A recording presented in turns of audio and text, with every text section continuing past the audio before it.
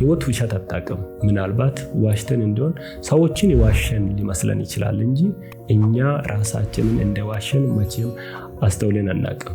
ነገ ላይ የውሸት ድምር እኛኑን ለብቻችን እንድንቀር የሚያደርግ ተግባር ሊሆን ይችላል። አንዴ ለምንኖር ህይወት 10 የዋሽን መቀጠል ማለት ህይወታችንን መገደብ ማለት ነው። ከስኬት መገደብ፣ ከሩጫ መገደብ፣ ልናገኛቸው የምንችላቸውን ትልልቅ እድሎችን ማጣትን ያስከትላል።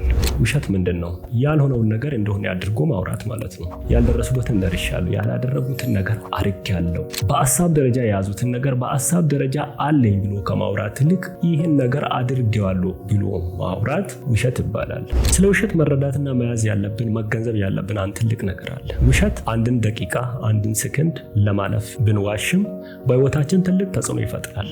የዘመናትን ተጽዕኖ ይፈጥራል።